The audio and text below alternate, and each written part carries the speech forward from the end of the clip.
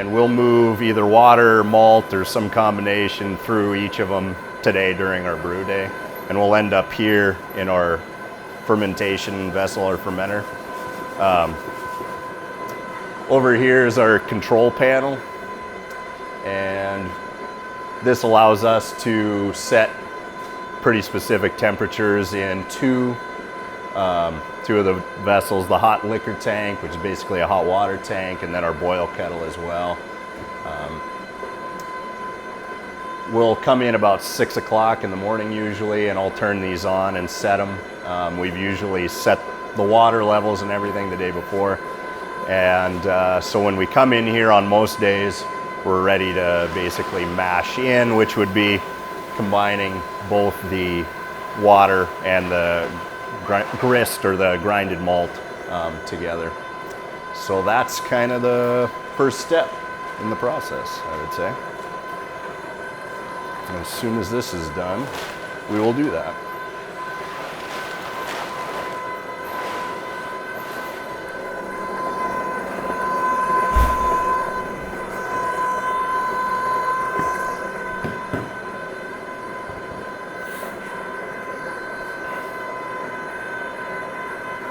That's our mash. This is the mash tun.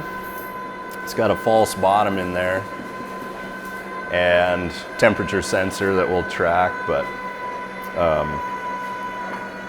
basically we'll combine the water and the malt in here and let it steep for about an hour, and then we'll drain the mash tun out the bottom, and that false bottom keeps the grain in there, and we'll just get the sugars basically in the water that come out the bottom, and that's called wort, W-O-R-T, wort at that point.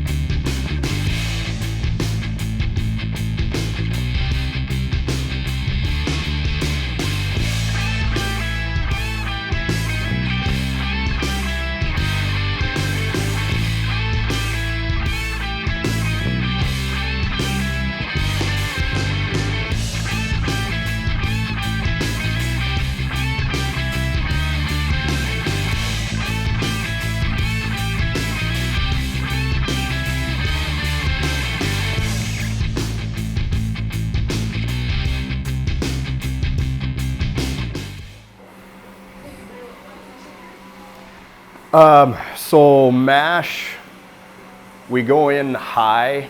We want to end up on this brew about 152 degrees and keep it there for an hour. Because we lose a little bit of temperature in the hose and then the grain is a different temperature, we're actually going in with water that's at about 168. And when it combines, we hopefully will end up where it should be. So, yeah. We've done it enough where we got it dialed in. It's usually very close, and we're able to be consistent throughout. But that's why we start higher than where we actually want to end up at the end of the day.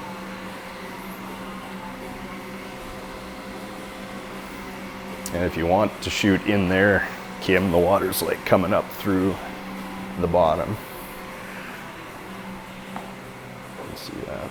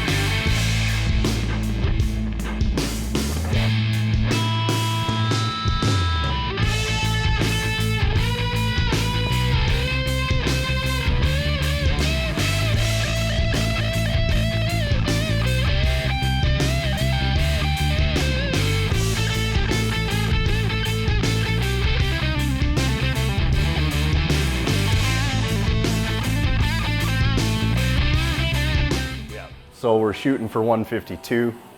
We're at 151.8 right now as far as our mash temperature. So we're right there. Good.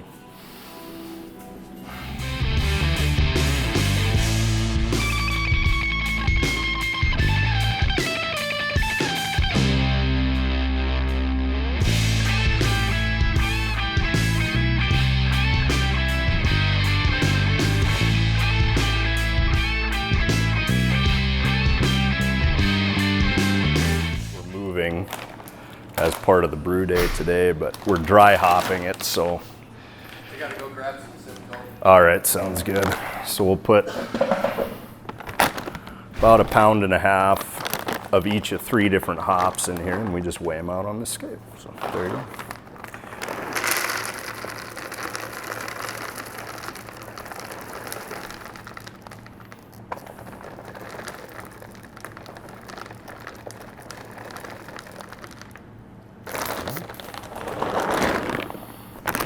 Smell good.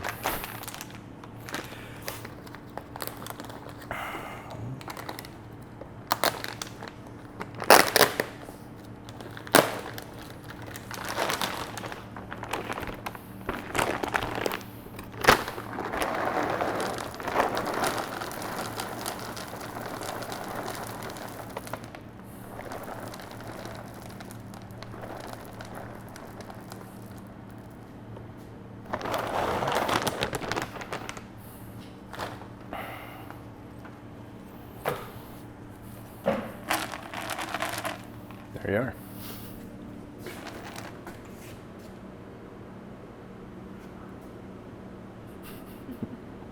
And what kind of hop is that? This would be Cascade and Centennial in here, and we'll also add some Simcoe. You can definitely smell it.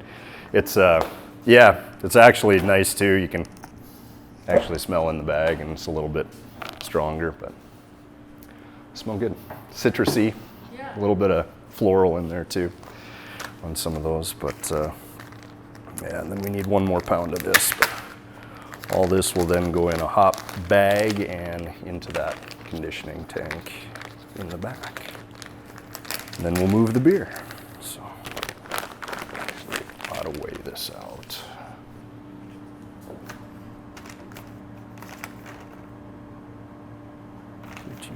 .5 ounces. Okay.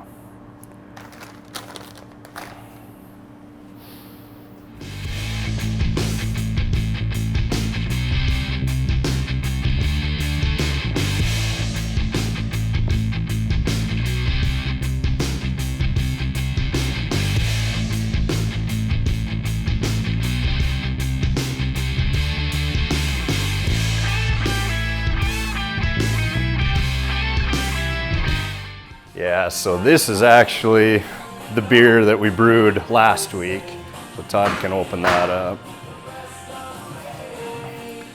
And we use an open top fermenter that used to be an old dairy tank and has a long and storied history. But anyway, we're just gonna take a quick little sample out of this, and we'll check our gravity here in a minute. But from there,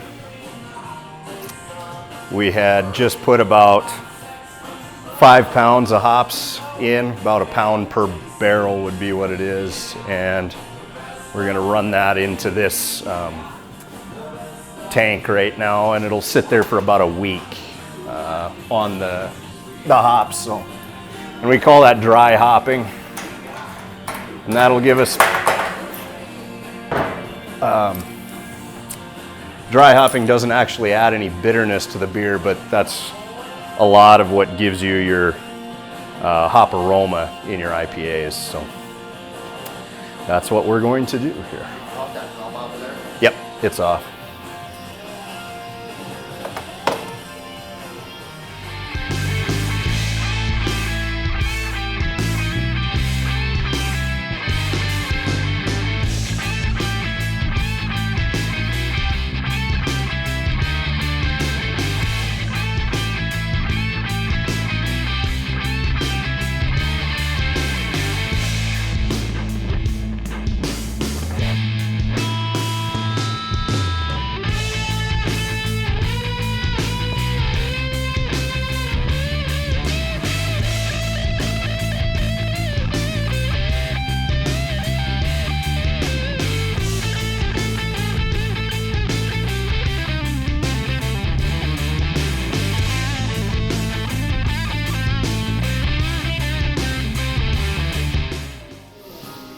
So this is our trusty hydrometer that I've had since I was a home brewer that we still use, but we use this to check the specific gravity of the beer, and through that we figure out how much alcohol is in there. So let's go check that out.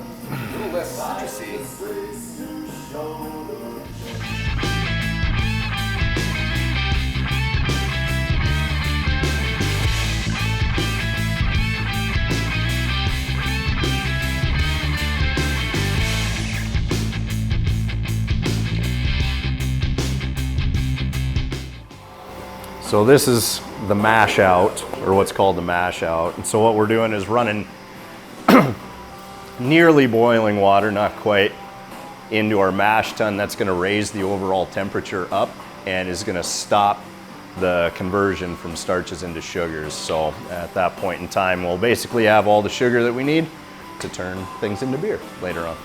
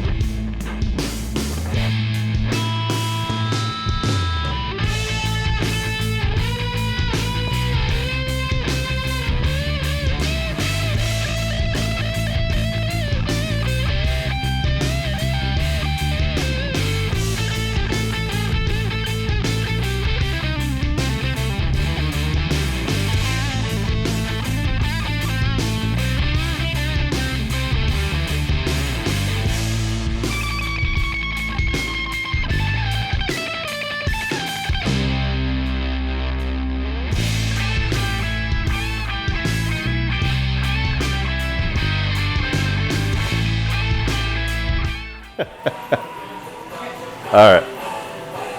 So this is what we call the Vorloff. Basically what we're doing is just running our wort out the bottom, under the false bottom here, and putting it back on top. That's going to gently compress the grain bed and create kind of a natural filter there. And so it starts out with a fair amount of grain coming through up on the top. Over about 10 minutes, 15 minutes or so, it'll clear up. And then once we've got clear wort coming through, we'll start moving it over into the boil kettle. So we try to leave as much of the grain as possible in the mash tun. Boris Vorloff. The Boris Vorloff, yes.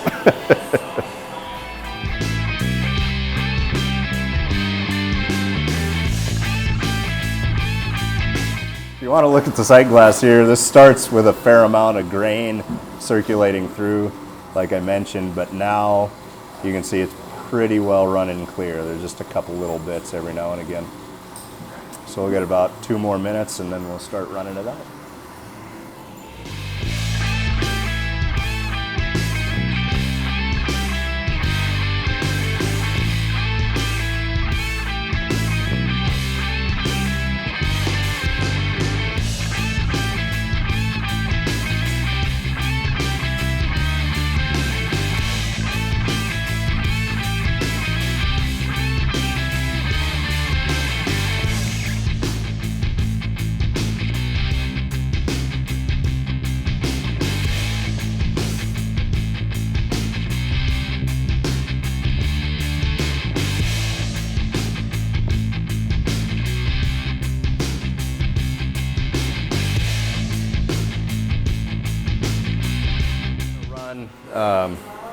This is now, the liquid coming out of here is now considered wort. So it's a combination of the sugars from the malt and then also the water that we put in. And you can kind of see the color there, but we're gonna run that into our boil kettle, and then we'll actually sprinkle water over top of the grain bed to rinse the last bit of sugar out of there.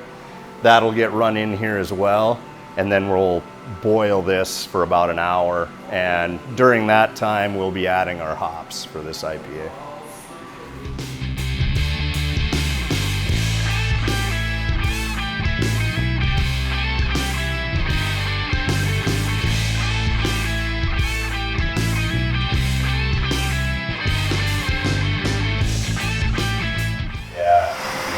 Basically, we're going to spray water down on top of the grain bed here.